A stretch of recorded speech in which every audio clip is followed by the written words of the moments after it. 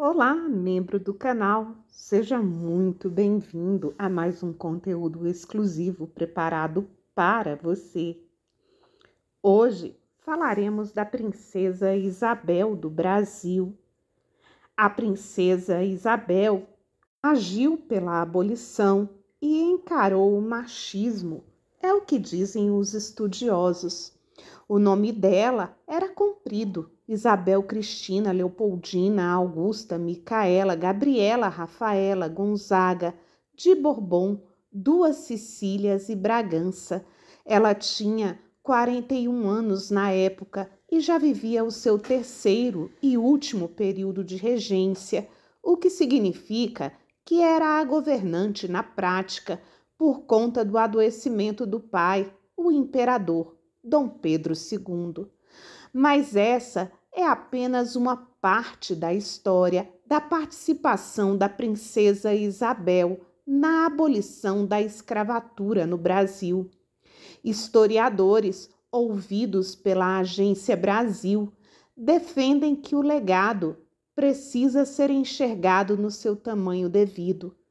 Para esses pesquisadores, as aulas e os livros de história precisam ampliar a compreensão do papel da mulher, que foi além de assinar um documento.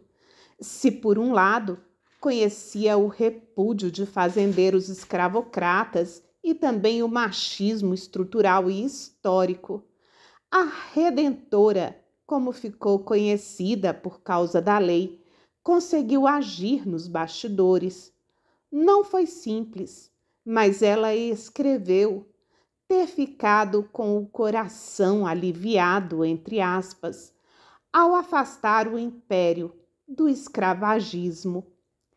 Abre aspas, foi com o coração mais aliviado que, perto de 1 hora da tarde, partimos para o Rio, a fim de eu assinar a grande lei, cuja maior glória cabe a papai, que há tantos anos esforça-se para um tal fim.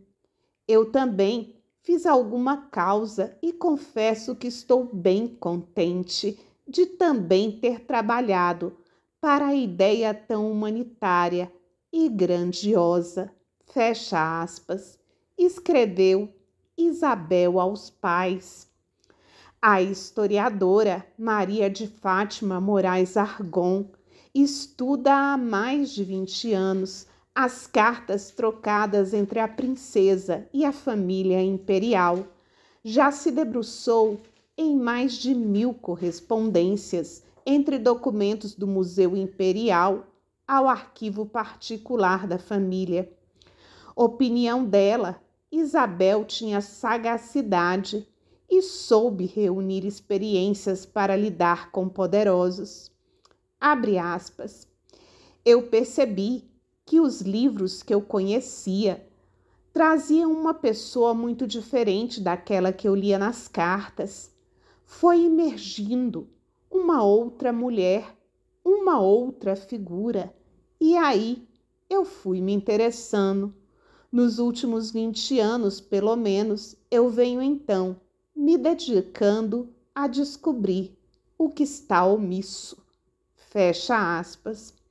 O historiador Bruno Antunes de Cerqueira, que é um dos fundadores e gestor do Instituto Cultural Dona Isabel I, a Redentora, identifica também que a memória em relação à personagem ficou esgarçada.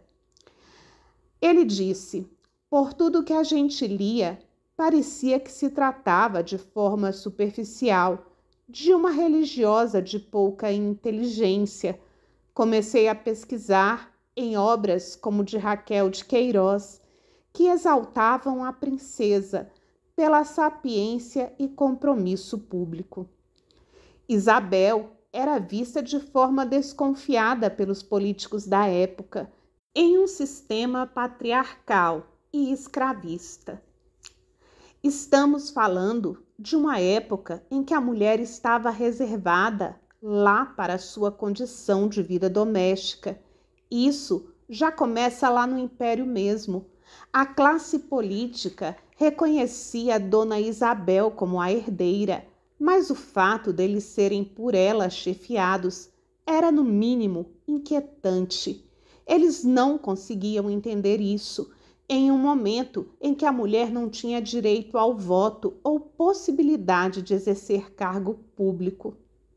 Outra biógrafa da princesa Isabel, a jornalista Regina Echeverria, no livro A História da Princesa Isabel, Amor, Liberdade e Exílio, também destaca que houve um processo de desmerecimento dos feitos da regente, com argumentos de que seu saber estava limitado a questões religiosas. Abre aspas. Ela tinha opinião, batalhava pelo que acreditava, viveu um grande amor com o marido e foi mãe de 3 filhos. Teve partos complicados. Ela fez libertar os escravos da monarquia e conseguiu chegar aonde queria. Fecha aspas. Recebia ameaças de fazendeiros que insuflavam quem pudesse contra a herdeira considerada atrevida. Era uma mulher e ainda por cima que se mostrou publicamente abolicionista. Era um ultraje para eles e para os fazendeiros, que também ocupavam cargos políticos, afirma Bruno Cerqueira. Ele contextualiza que, apesar do incômodo com o fato de ela ser mulher, monarquistas mais convictos passavam por cima disso, por causa da sua família. Para os estudiosos, não há dúvidas de que Isabel era uma abolicionista desde jovem, mas isso foi algo que só se revelou com o tempo.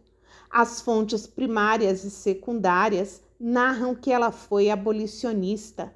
Ela era abolicionista de modo privado, desde que ela era muito nova. Ela escancarou os pensamentos dela em 1888. O 13 de maio de 1888 foi de festa no Brasil, conforme explicam os historiadores. Os jornais do dia seguinte trouxeram a novidade nas manchetes. O povo em Petrópolis foi homenageá-la e ela recebeu flores na chuva das pessoas. No ano seguinte à abolição, a monarquia foi destituída e a família imperial foi para o exílio. Isabel morreu no exílio aos 75 anos, após o agravamento de uma pneumonia. Eu espero que com esse texto você consiga compreender melhor o papel dessa princesa brasileira na tomada de tão importante decisão de abolir a escravatura no Brasil. Espero que tenha gostado do vídeo e deixo aqui registrado mais uma vez o meu agradecimento por você ser um membro do nosso canal.